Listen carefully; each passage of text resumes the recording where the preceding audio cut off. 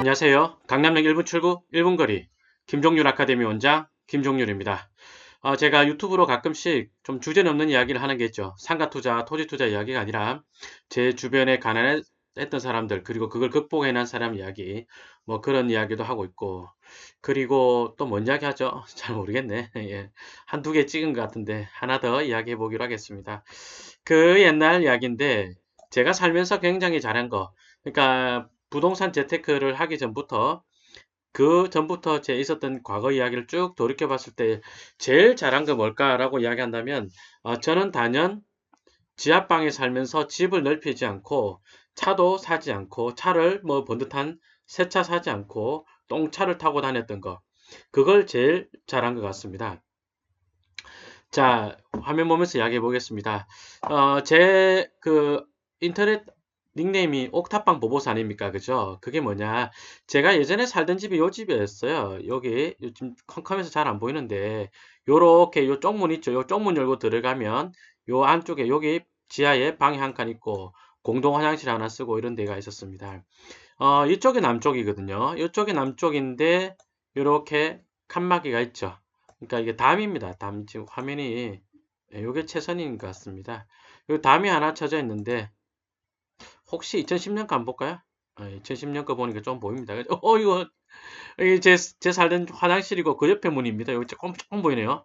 요게 제 살던 집 쪽문이고 요게 화장실입니다. 요쪽이 남쪽인데 보시는 것처럼 여기 담벼락이 딱 쳐져 있죠. 그죠? 그래가지고 이 뭐야, 이 옆집이고요.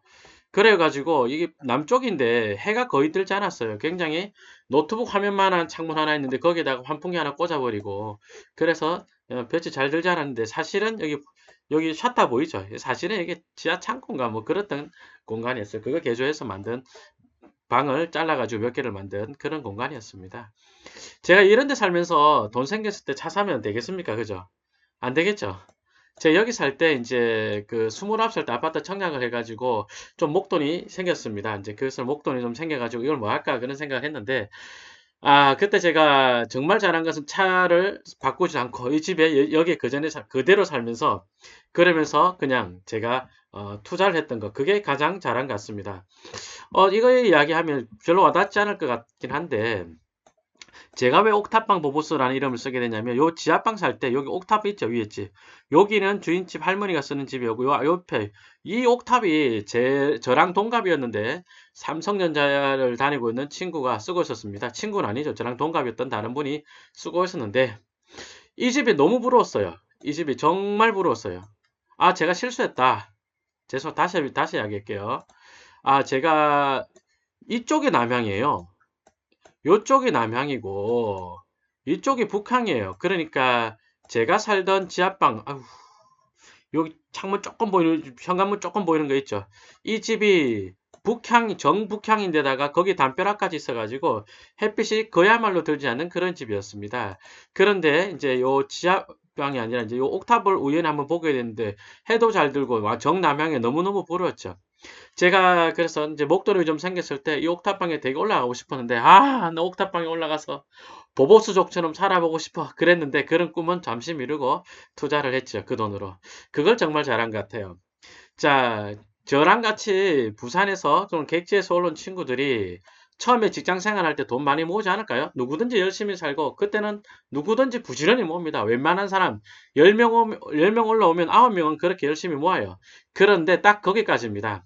제가 잘한 것은 그렇게 열심히 모으면서도 그걸 다시 재테크 투자를 했었고 차를 사거나 집을 늘리는 데 쓰지 않았던 것을 저는 정말 잘한 거라고 생각합니다. 그게 지금의 저를 이렇게 해준 거고, 그러니까 그렇게 목돈을 모아가지고 차를 사거나 전셋집으로 넓히거나 이런 친구들이 10년이 지나면 투자에 대한 어떤 재정적인 성적 차이가 굉장히 크게 나더라고요. 그때 잘 했었어야 되는데, 그럼 이제 한 번 더 이야기해 볼게요. 누구든지 초반엔 열심히 사는데 왜 누구는 차를 사게 되고 누구는 집을 사게 되고 그래서 10년이 지나면 성적표가 엇갈릴까요? 이게 참 여러 가지 이유가 있는데 제 나름대로 생각해 본 것은, 저는 돈도 없을 때부터 공부를 했던 거예요. 그게 컸던 것 같습니다. 그러니까 차를 사고 싶은 욕망보다는 나도 책에 나와 있는 사례처럼 투자 한번 해보고 싶다. 저는 그 욕망이 굉장히 컸던 것 같아요. 그게 굉장히 컸는데, 그럼 그 욕망이 생기려면 어떻게 해야 되겠어요? 공부하면 되죠. 그죠?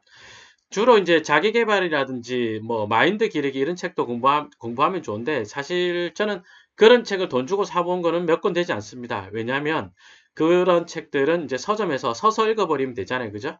퇴근하고 서점으로 바로 곧장 퇴근해가지고 거기서 서서 책을 읽다가 서점 문 닫을 때 오고 이렇게 했거든요. 그 당시에 뭐 한국의 부자들 1, 2 이런 책들 있죠. 뭐 그런 것들 뭐 이제 서점에서 서서 읽고 그렇게 했었죠. 그럼 제가 그때 사본 책은 어떤 거냐? 사서 읽었던 책 보니까 제가 책을 한번 크게 분실했던 적이 있습니다. 그래서 책이 좀 없네요. 현재 진영형 아파트값 오차 파동. 이게 참 굉장히 좋은 책이었다고 그때는 그 당시로서 이야기했던 책인데, 화면 좀 키워서 이야기해 볼까요? 아파트값 오차 파동이란 책이 있는데, 이 책이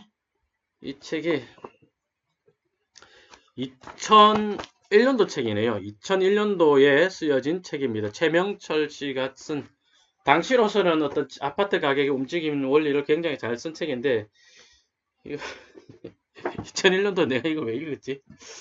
그리고 바닥을 칠 때 거저먹는 재테크. 노영환 씨 책은 몇 권 남아 있는데, 이거는 제가 대전 근무할 때 사고 이랬던 거, 대전 사부 지원 나갔을 때 읽은 거라서, 요거는 그때 요 때부터 산 책부터 제가 잊어먹지 않았어요. 그러니까 집이 좁아가지고 제가 그 유통회사에서 매장 근무할 때 그 매장에 갖다 놨는데, 본부에서 누가 내려온다 그래가지고 박스에 담아가지고 밖에 내놨거든요. 매장 밖에.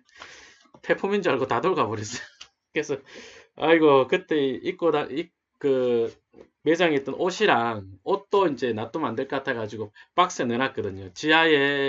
지하집은 이제 그 곰팡이가 많이 쓰니까 매장에 갖다 놓고, 매장에 있는 거를 이제 회사에서 누가 온다 그러니까 박스에 넣어가지고 책이랑 같이 밖에 내놨는데, 아 그때 생각하니까 속상하네요. 예.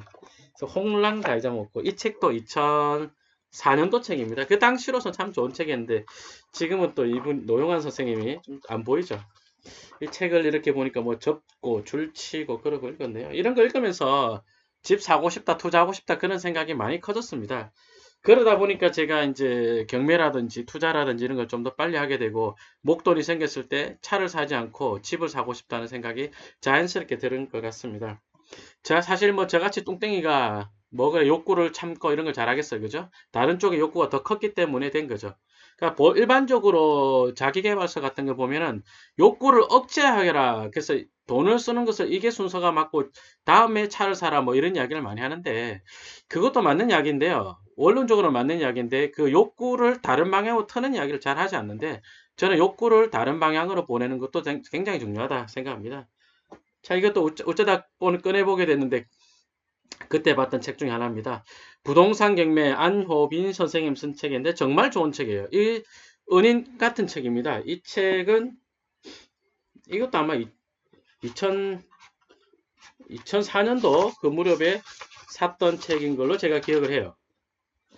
이게 기차 타고 올라다 계속 읽고 이랬던 거 기억나는데, 뭐 이 책이 왜 은혜로운 책이느냐, 예, 몇 년도인지 모르겠어요. 여기 보면 막 줄치면서도 읽었는데 지금 생각해 보면 말도 안 되는 부분의 책을 읽었어요. 이 두꺼운 책에 낙찰사례 같은 거 하나도 없고요. 그냥 법리적인 설명밖에 없는데, 제가 공부 실력이 딸리는 사람 아닙니까? 그래서 제가 중간에 읽다가 포기를 했거든요. 뒷부분은 엄청 깼거든요, 책이. 뒷부분 아예 안 읽었어요. 그죠? 그러면서 이 책 때문에 제가 부동산 투자가 굉장히 늦어지게 됐어요. 부동산 경매 투자가 굉장히 늦어지게 됐습니다. 그런데 제가 왜 저 책이 고마운 책이라고 이야기하느냐? 저는 다 안 읽었잖아요. 이 책을 다 읽은 사람들은 도대체 경매를 어떻게 하는 거냐? 그거 감 못 잡았을 거예요. 그래서 그 사람들을, 그러니까 경쟁자들의 경매 시장에 뛰어들게 하는 것을 굉장히 늦춰준 고마운 책이죠. 저도 늦어졌지만 경쟁자들은 더 늦춰준 책이 아니었을까 그렇게 생각합니다. 이야기가 쓸데없는 방향으로 흐르고 있네요.